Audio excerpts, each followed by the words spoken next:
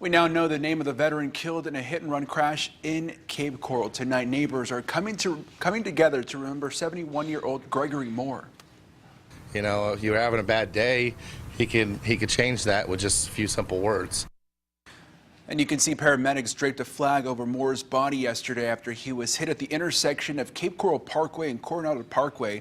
The driver left the scene, but police now say they have a person of interest, and witnesses say the intersection is dangerous with drivers speeding right through the red lights. Wink News reporter Anika Henniger is live where the crash happened in Cape Coral. And Anika, many say Moore was one of the most friendliest people in that area. Morgan and fire crews in northern Collier County were kept busy today by a brush fire. The 2-acre brush fire broke out this afternoon in the 3500 block of 2nd Avenue Southeast. Investigators believe this abandoned vehicle caught fire that may have started this whole thing. One firefighter did suffer from dehydration and heat exhaustion. They're saying he's doing just fine tonight. A Naples man facing a series of drunk driving charges after deputies say he crashed his truck and took off. Collier County deputies say Marcus Pena crashed into a fence early yesterday morning. They say Pena then took off and called for a ride from his roommate. He was arrested a short time later. They say he had a vape pen with THC in it. He is now facing a long list of charges. Pena has since bonded out of jail. This man. Imagine finding one of these outside your kid's school. This is a needle exchange box. The box was put there after parents protested used needles littering the school property 5 months ago. Parents say it's not just the school grounds that are littered with used needles, it's also the surrounding neighborhood as well. According to city officials, more than 4,700 people. Well, look Even at him. if you're a Browns fan. I think this year is a good year to be a Browns fan, though. It's still a better year to be a Steelers fan. And of course, a better year to be a Bears fan, in case anyone's asking at home. In terms of the full forecast, we are actually seeing another chance of rain tomorrow afternoon. A few showers mainly inland on Monday, Tuesday, Wednesday. So make those outdoor plans if you live west and along US 41, I-75. Temperatures are getting warm and even hot. Lower 90s return Tuesday, Wednesday, Thursday. And as you can see, rain chances with us each and every afternoon. Brittany, I think you flipped the wrong switch there when you walked in the newsroom. I'm so sorry, you know. Most people blame the weather guy, but now they're going to blame me. Well, thanks for watching. We'll see you back here at 11. A breaking health alert. Tyson is recalling nearly 12 million pounds of chicken strips. They might contain metal. Tyson is expanding its recall of frozen, ready-to-eat chicken strips shipped nationwide. Health officials say more than 69,000 pounds were included when the recall was first issued in March. We have a list of all the products you need to watch out for and their dates on the Wink News app. If you have any of them, throw them out or return them. And we now know the name of the veteran killed in a hit-and-run crash in Cape Coral. Neighbors I remember 71-year-old Gregory Moore. You know, if you're having a bad day, he could change that with just a few simple words. And as you can see, paramedics draped a flag over Moore's body yesterday after he was hit at the intersection of Cape Coral Parkway and Coronado Parkway. The driver took off, but police now say they have a person of interest tonight. The Nightbeat's Anika Henniger spoke to neighbors who say the veteran was a special person.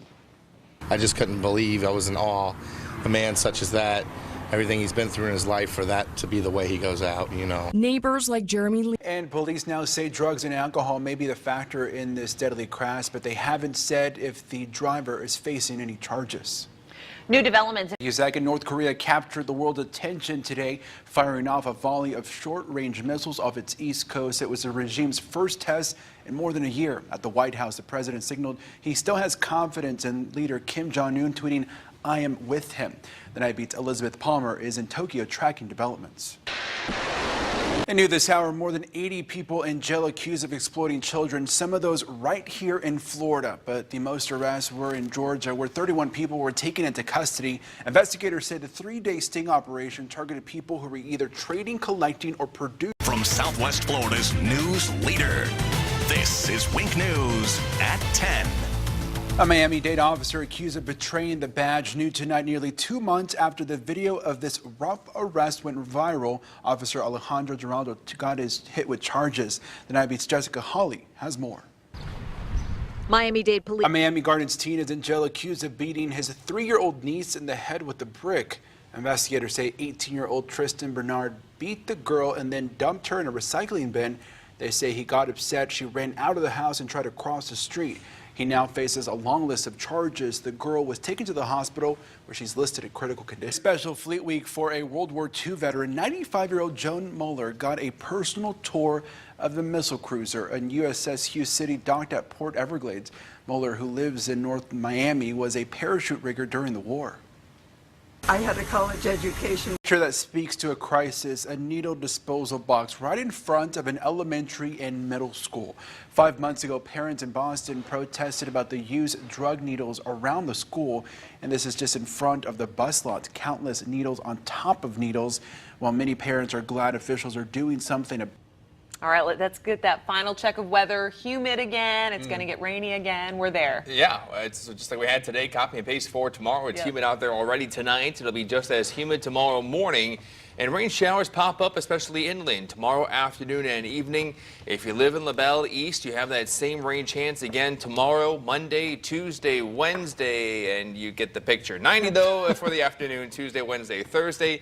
It's not the same exact summertime pattern yet, but the rain shower is definitely here. We know what to expect. All right, well, thanks for watching. Have a good night. A breaking health alert tonight. Tyson is recalling nearly 12 million pounds of chicken strips. They may contain metal. Tyson is expanding its recall of frozen, ready-to-eat chicken strips shipped nationwide. Health officials say more than 69,000 pounds were included when the recall was first issued in March. And we have a list of all the products you need to watch out for and their dates on the Wink News app. If you have any of them, throw them out or return. We now know the name of the veteran killed in a hit-and-run crash in Cape Coral. And tonight, neighbors are remembering 71-year-old Gregory Moore. You know, if you're having a bad day, he could change that with just a few simple words. And paramedics draped a flag over Moore's body yesterday after he was hit at the intersection of Cape Coral Parkway and Coronado Parkway. The driver took off, but tonight police say they have a person of interest. The Nightbeat's Anika Henniger spoke to neighbors who say the veteran was a special person. New right now, dozens of Southwest Florida's heroes got back less than 2 hours ago from an honor flight. The military veterans landed at RSW after visiting memorials in Washington, D.C. Bagpipers and honor guards from both Lee and Collier County Sheriff's Office, plus the Knights of Columbus and others, welcomed the heroes home. People we spoke to tonight are happy to be part of this big celebration. It's extremely important. You know, I mean, they put their lives on the lines for us.